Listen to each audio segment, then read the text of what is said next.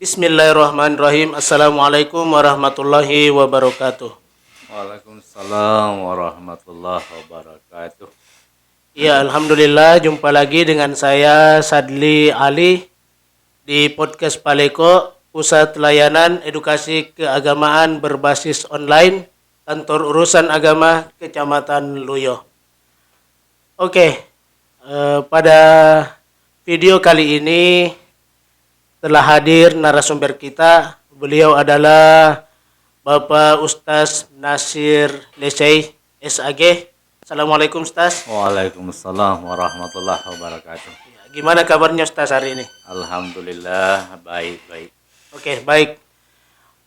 Untuk pemirsa semua, jadi beliau ini adalah merupakan penyuluh agama Kecamatan Luyo untuk wilayah Usui Barat, Ustaz ya? Iya, benar. Oke, baik.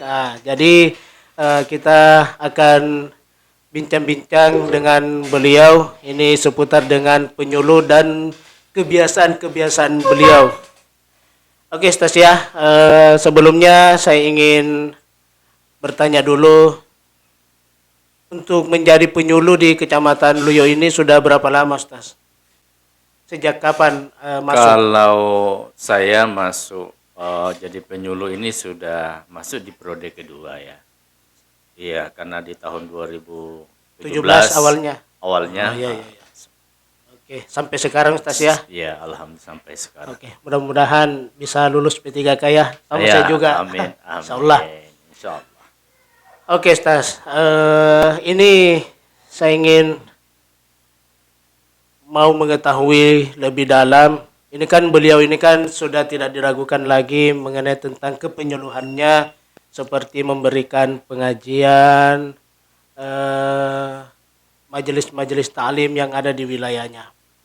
Baik, selain daripada itu, Ustaz ya, saya dengar-dengar bahwa Ustaz ini juga sangat aktif dalam pengelolaan seperti coklat dan juga jagung, Ustaz ya. Iya, benar. Memang kegiatannya setiap hari seperti begitu, Ustaz? Bisa dibilang iya. Selain kalau kita rutinitas ke kantor itu kan hari Selasa Jumat dia datang. Iya. Lalu sisanya itu kita manfaatkan untuk bekerja di sektor pertanian. Apa aja itu yang dikerjakan? Yang saya budidayakan ini tanam pertama adalah yang jangka pendek jagung. Yang kemudian ada lada merica. Oh, ada tiga, Ustaz. Tiga saja, Ustaz ya. Ada. Coklat, jagung, dan merica. Dan ada jenis yang lain tanaman namanya panili. Oh, saya baru dengar tuh, Ustaz. Iya, panili. Panili. Oke, kita yang pertama dulu, Ustaz. Coklat. Itu coklat cara pengelolaannya seperti bagaimana dia? Iya. Saya ini kan sejak SMA sudah mulai budidayakan coklat. Ya. Tapi dari waktu ke waktu pernah saya tinggalkan karena kebetulan ada kerja di luar, lalu kembali saya tekuni lagi. Ya. Kalau persoalan coklat ini salah satu komoditi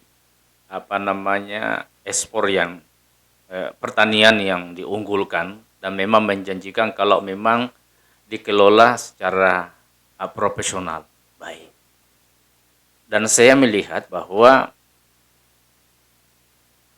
keadaan sekarang itu kadang tidak memberikan hasil yang bagus, itu kan persoalan cara kelolanya yang kurang pas, yang kurang baik. Kalau kita mau memulai melihat dari perkembangan hasil yang ada daripada tanaman coklat ini, yang pertama jarak tanamnya juga harus diperhatikan. Jarak tanam, ya, yang kemudian perawatannya.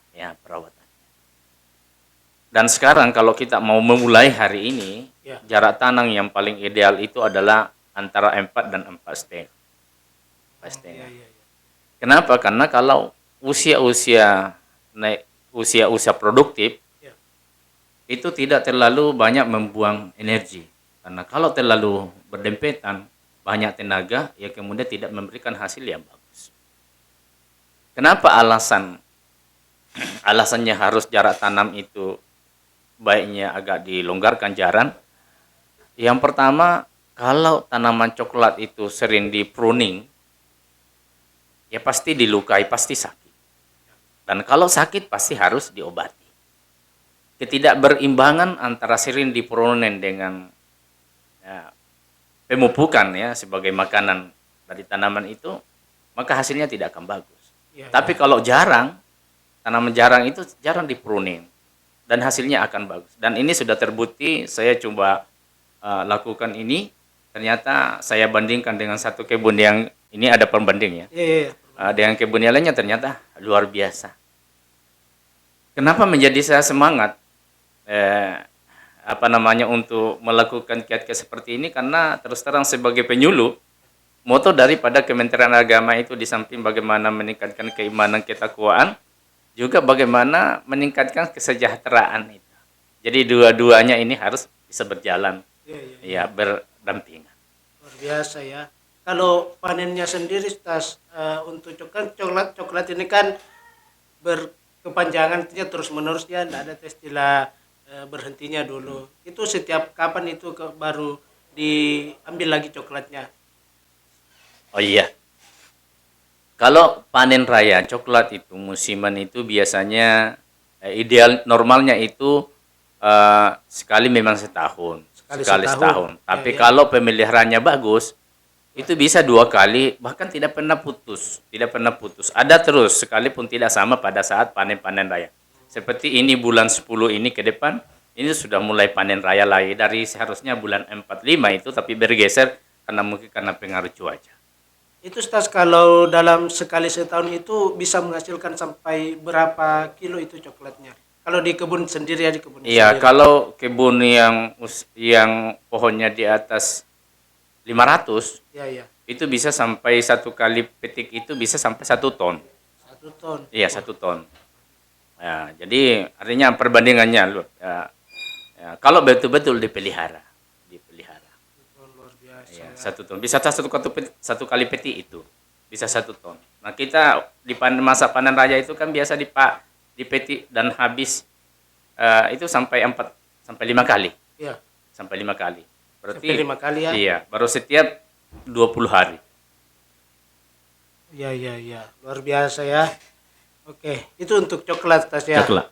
Bagaimana kalau pengelolaan untuk jagung sendiri itu? Seperti iya. apa dia caranya? Iya, kalau saya ini kan pemula ya. Oh, pemula ya? Untuk tanam jagung. Iya. Saya kelola tanah saya itu ini baru 2 kali panen. Yang 2 hektar baru saya selang-seling. Jadi 1 hektar awal, kemudian setelah panen selisih 2 bulan tanam lagi, sehingga antara jarak panen masa tanam itu tidak. Artinya bisa dikatakan setiap 2 bulan perenya panen lagi. Iya, panen lagi. Yang saya melihat dan saya lakukan ini, kita juga belajar dengan teman-teman, ternyata ada beberapa teknis penanaman jagung itu sehingga bisa menghasilkan bagus. Iya. Apa saja? Saya sudah, yang pertama ada yang bilang kalau jarak di ajir itu dengan jarak 1 meter 80, kemudian jarak antar pertanaman itu 30. Saya sudah coba itu. Iya.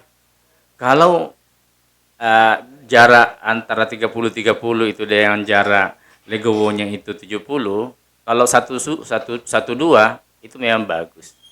Tapi kalau sudah sampai masuk 2 dan 3, maka yang kedua dan ketiga itu kadang tidak bagus hasilnya. Dan ternyata hasil uji coba yang kedua ini diajir dengan sirsak itu satu-satu, ternyata hasilnya luar biasa. Karena kalau 1 batang saja menghasilkan 2 tongkol. Tapi kalau ditanam dengan 2 ternyata hasilnya 2 tongkol juga. Jadi segi cara efisiensi lebih efektif itu kalau kita tanam satu-satu. Kenapa? Karena konsumsi makanannya, kebutuhan pupuknya juga tidak terlambat. Tapi hasilnya lebih bagus dan besar. Ya begitu ya, untuk penanaman jagungnya ya. Lebih bagus satu-satu ya. disirsak. Kalau tanahnya sendiri berpengaruh. Ya, sembarang tanah ya. Ya sembarang tergantung pemupukannya juga. Tergantung pemupukannya.